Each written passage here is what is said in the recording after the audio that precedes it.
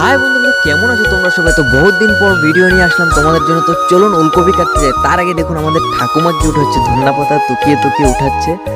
তো এদিকে এসে পড়লাম আমাদের ওলকপির জমিতে। আজকে বাবা ওলকপি কাটছে। আমাদের দেখতে পাচ্ছেন আমাদের ওলকপি জমিটা মানে অনেক কাদা হয়েছে, কারণ কালকে জল দিয়েছি আর আজকে রাত্রের ভিতর আবার বৃষ্টি এসে গেছে প্রচুর, তাই পুরো একদম ভিজে গেছে, ধান লাগানোর মতো হয়ে গেছে কাদা। দেখুন ওলকপিগুলো কি সুন্দর।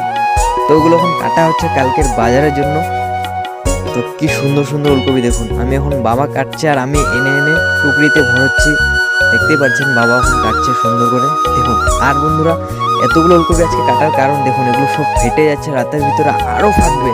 তো বন্ধুরা, এগুলো কাস্টমার একদম হাতে ধরবে না, তাই বন্ধুরা এগুলো কেটে ফেলা হচ্ছে না ফাটার আগে। কারণ বন্ধুরা অনেক ঠান্ডা এখন পড়ছে, লাস্ট ঠান্ডা পড়ছে বন্ধুরা।